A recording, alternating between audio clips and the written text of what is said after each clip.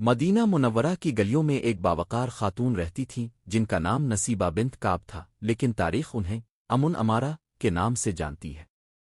وہ خزرج قبیلے سے تعلق رکھتی تھیں اور ابتدائی دور میں ہی اسلام قبول کرنے کا شرف حاصل کیا۔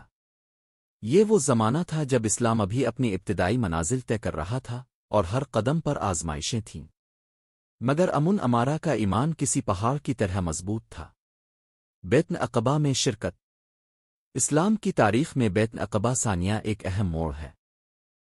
مدینہ کے جو خوش نصیب لوگ مکہ آئے اور رسول اللہ کے ہاتھ پر بیعت کی، ان میں 2 خواتین بھی شامل تھیں اور ان میں سے ایک امن امارہ تھیں۔ اس وقت انہوں نے عہد کیا کہ وہ رسول اللہ کا اسی طرح دفاع کریں گی جیسے اپنے اہل و عیال کا دفاع کرتی ہے۔ یہ الفاظ صرف زبانی وعدہ نہ تھے، بلکہ آنے والے وقت نے ثابت کیا کہ وہ اپنے عہد پر جان نچھاور کرنے والی خاتون تھیں۔ غزو الفاہد کا پس منظر۔ سن 3 ہجری میں قریش نے بدر کی شکست کا بدلہ لینے کے لیے مدینہ پر حملہ کیا۔ دان الفاہد میں مسلمان اور کفار آمنے سامنے ہوئے۔ ابتدا میں مسلمانوں کو برتری حاصل ہوئی، مگر جب تیر اندازوں نے اپنی جگہ چھوڑ دی تو دشمن نے عقب سے حملہ کر دیا۔ صفیں بکھر گئیں اور ایک نازک لمحہ ایسا آیا جب رسول اللہ چند صحابہ کے ساتھ رہ گئے۔ اسی ہنگامہ خیز وقت میں ایک خاتون اپنے ہاتھ میں تلوار اور ڈھال لیے آگے بڑھتی ہے، وہ امن امارہ تھیں۔ میدان میں قدم رکھنا۔ امن امارہ اپنے شوہر زید بن عاصم اور دونوں بیٹوں کے ساتھ میدان میں آئی تھیں۔ ابتدا میں وہ زخمیوں کو پانی پلا رہی تھیں، مگر جب انہوں نے دیکھا کہ دشمن براہ راست رسول اللہ کی طرف بڑھ رہا ہے اور کچھ لوگ پیچھے ہٹ رہے ہیں تو ان کا دل تڑپ اٹھا۔ انہوں نے فوراً ایک شہید سے تلوار اٹھائی اور رسول اللہ کے سامنے ڈھال بن کر کھڑی ہو گئیں۔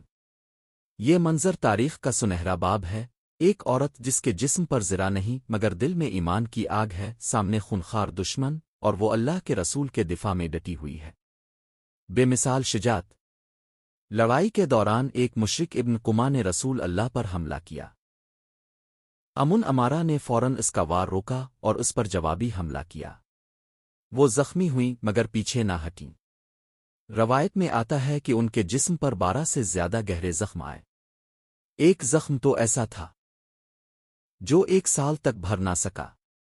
رسول اللہ نے اس دن فرمایا، میں نے دائیں اور بائیں جہاں بھی دیکھا امن امارہ کو اپنے دفاع میں پایا۔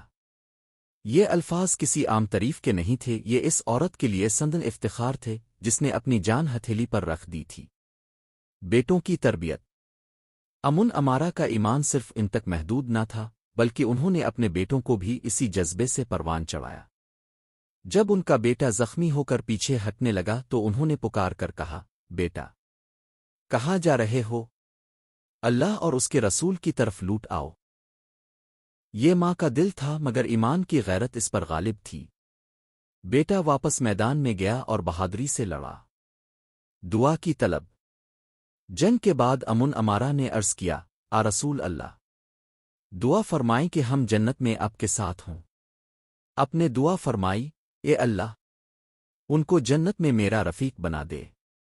یہ سن کر امن امارہ نے کہا، اب مجھے دنیا کی کوئی پرواہ نہیں رہی۔ بعد کے مرکے الفاہد کے بعد بھی ان کی استقامت کم نہ ہوئی۔ صلح حدیبیہ، بیعت رضوان اور دیگر مواقع پر وہ شریک رہے۔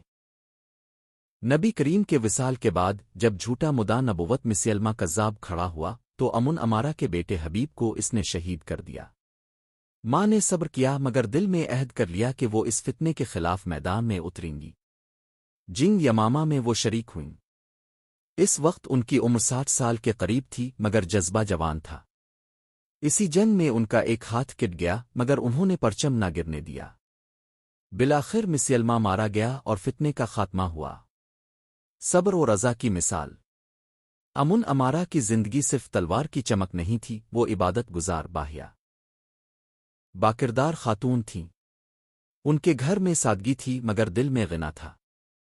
انہوں نے اپنے بیٹوں کی شہادت برداشت کی، اپنے زخموں کی تکلیف سہی مگر کبھی شک و زبان پر نہ لائیں۔ خواتین کے لیے پیغام۔ آج کی مسلمان عورت کے لیے امن امارہ کی زندگی میں کئی اسباق ہیں۔ ایمان میں مضبوطی، دین کے لیے قربانی، اولاد کی صحیح تربیت، مشکل وقت میں استقامت، حیا کے ساتھ بہادری۔ اسلام نے عورت کو کمزور نہیں کہا، اس نے اسے عزت دی، کردار دیا اور ضرورت پڑنے پر میدان میں کھڑے ہونے کا حوصلہ دیا، جیسا کہ امن امارہ نے دکھایا۔ مردوں کے لیے بھی سبق۔ یہ واقعہ صرف خواتین کے لیے نہیں بلکہ مردوں کے لیے بھی پیغام ہے۔ جب ایک عورت رسول اللہ کے دفاع میں جان ہتھیلی پر رکھ سکتی ہے تو ایمان والوں کو اپنی ذمہ داریوں سے پیچھے نہیں ہٹنا چاہیے۔ الفاہد کا میدان ہمیں سکھاتا ہے کہ کامیابی صرف تعداد سے نہیں، اخلاص سے ملتی ہے۔ آخری ایام امن امارہ نے طویل عمر پائی۔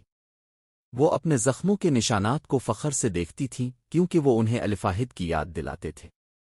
ان کا ہر زخم گواہی دیتا تھا کہ یہ عورت اپنے عہد پر سچی تھی۔ تاریخ ان کا نام سنہری حروف میں لکھتی ہے۔ جب بھی غزو الفاہد کا ذکر آتا ہے، تلواروں کی جھنکار کے ساتھ ایک عورت کی آواز سنائی دیتی ہے جو کہتی ہے، اللہ اور اس کے رسول کے لیے سب کچھ قربان۔ نتیجہ امن امارہ کی زندگی ہمیں یہ پیغام دیتی ہے کہ ایمان صرف الفاظ کا نام نہیں، عمل کا تقاضا کرتا ہے۔ مشکل وقت میں ثابت قدمی اصل کامیابی ہے۔ عورت اگر چاہے تو تاریخ کا دھارا بدل سکتی ہے۔ اللہ تعالی ہمیں بھی ایسا ایمان عطا فرمائے جو آزمائش میں ثابت قدم رکھے اور ہمیں ان پاک ہستیوں کے نقش قدم پر چلنے کی توفیق دے۔ آمین۔